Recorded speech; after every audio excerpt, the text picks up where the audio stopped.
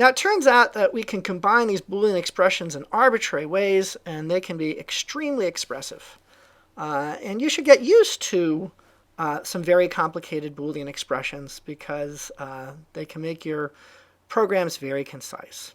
So for instance, suppose we're trying to describe a scenario in which the GPA for getting Latin honors has changed between 2009 and 2010. Suppose in 2009, someone gets on the Latin honors if their GPA is greater than or equal to 3.75, but in 2010, we bump up the GPA requirement to 3.8.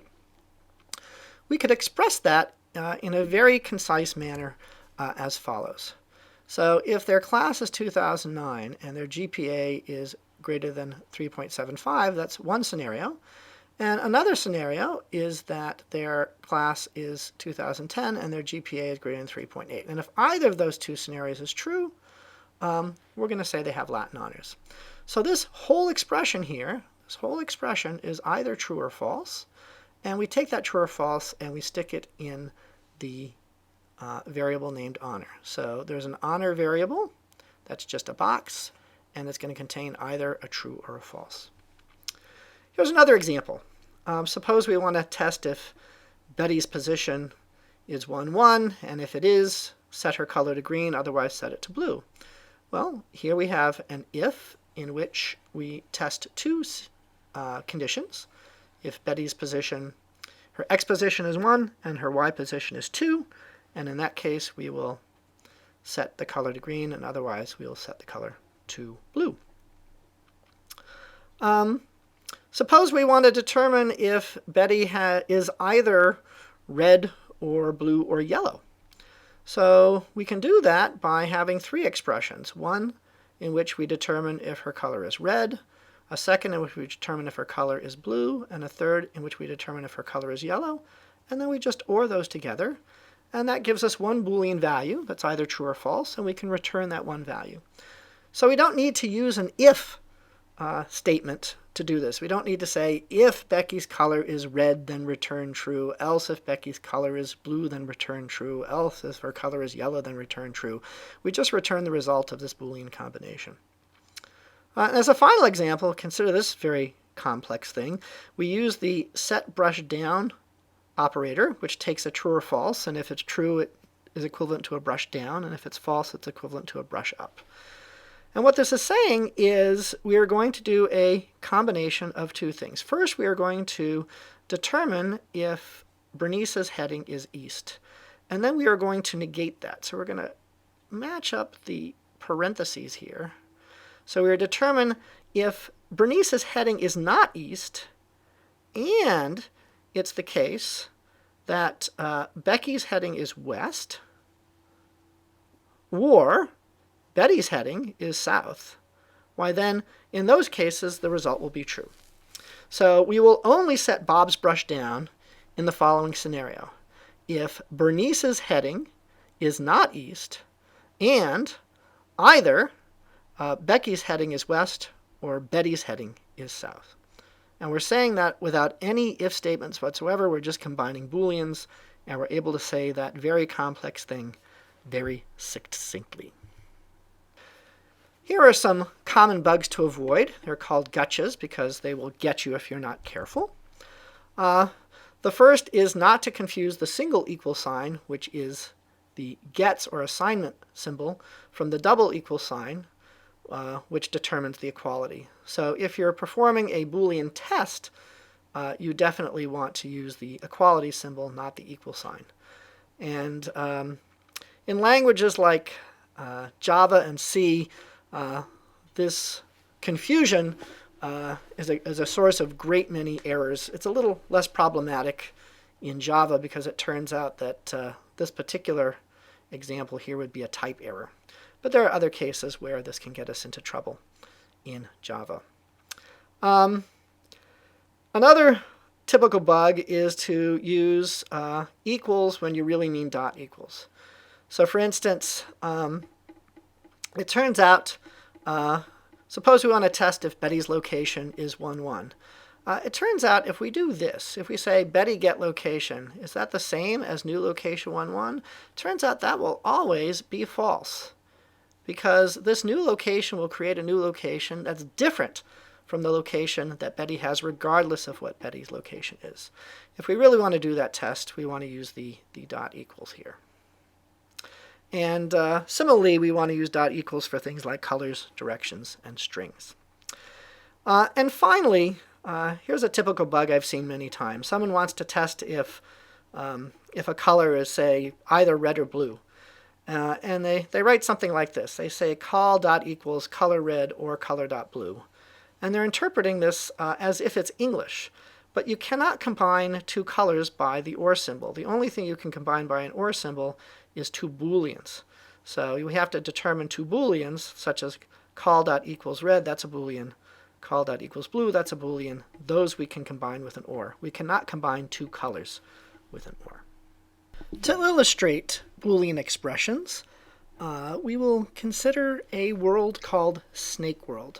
The idea of Snakeworld is that the buggle will start in the lower left corner as usual, and it will continue to snake across the screen, going first from left to right, then right to left, until it fills in every single square of the grid. And if it dances at the end, that's okay. It turns out that particular pattern has an English name. It's called boustrophodonic. Means that the path that an ox would take in the field. And just as with our previous worlds, we are going to make a new snake world. That's a subclass of Buggle World. And we're going to have a snake buggle. That's a subclass of a tick buggle that does the snaking. And it's going to have a tick operation that does one snake step. And our goal is going to be to define the snake step. So here are the rules that our snaking buggle is going to follow. When is it going to stop? Well, when it reaches the upper left corner or upper right corner, in both of those cases, it will do nothing. That's when it's going to stop. And so the upper right corner is when it's in the top right corner facing east, the upper left corner, the top left corner facing west. If it should reach the eastern wall, what's it going to do? It's going to go and turn around. So we want it to basically take two lefts. We want it to take a left, go forward, and take another left. And if it reaches the western wall, what do we want it to do? We want it to take a right, go forward, and take another right. And in the final case, if there's no wall, regardless of which direction it's going, we just want it to go forward.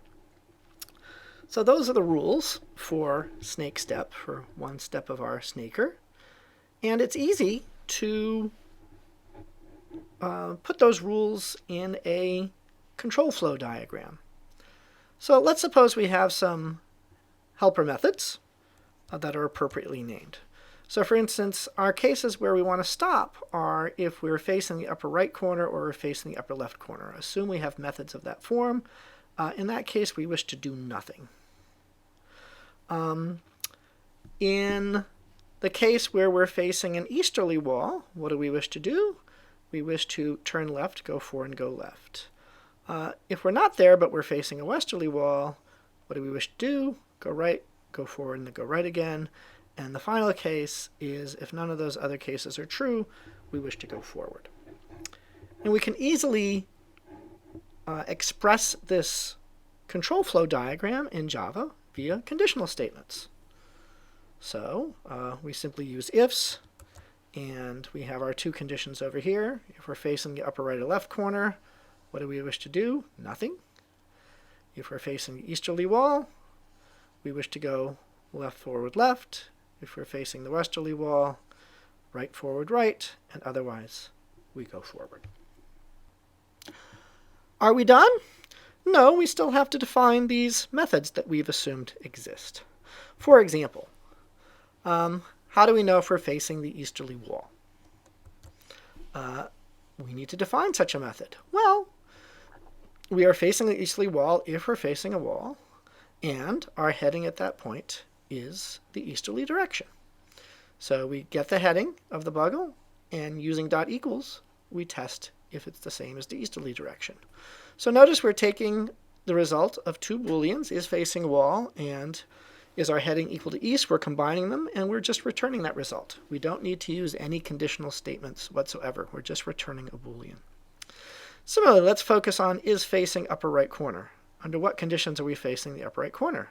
Well, that's true if we're facing an easterly wall, and there's a wall to our left over here. How do we do wall to our left? We've seen that before.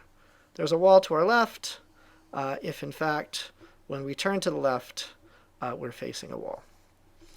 So that's an idiom we've seen before. And so is facing western wall and is facing upper left corner, they're the same as these other examples that we've just seen.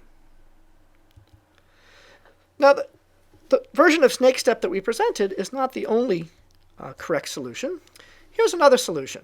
It's a bit more efficient in the sense that it uses less calls to primitives, but it's a little harder to understand. And even though it's less clear, I wish to present it as another alternative example. So let's suppose that we are in fact facing a wall. Well, let's see, which wall are we facing? Let's determine if we're facing the east or west wall. So if we're facing the easterly wall, then no matter what, let's turn left. And then if there's a wall to our left, why then we must be in the upper left corner. We can turn right and we're done. But if there is no wall to our left, then we will continue to go forward and left as part of going around the bend. And if we're facing a wall, and our direction is not east, we must in fact be facing west. So we're going to turn to the right to see if we're in the upper right corner. And if we're facing a wall, then we must be in the upper right corner, and we turn back to the left. And if we're not, then we can't be in the upper left corner. And in fact, we are going to do this move where we continue to go forward and right. And if we're not facing a wall, we're just going to go forward. Although this is more efficient in the sense that it performs fewer lefts and rights, it is less clear. And if we're putting a premium on the beauty of our code, then we prefer the previous version of snake step. If, however, we want to perform fewer steps, we consider this version to be superior, and we would use this version instead. So it depends on what it is that we wish to optimize. In general, in this course, we wish to optimize beauty rather than the executing fewer instructions.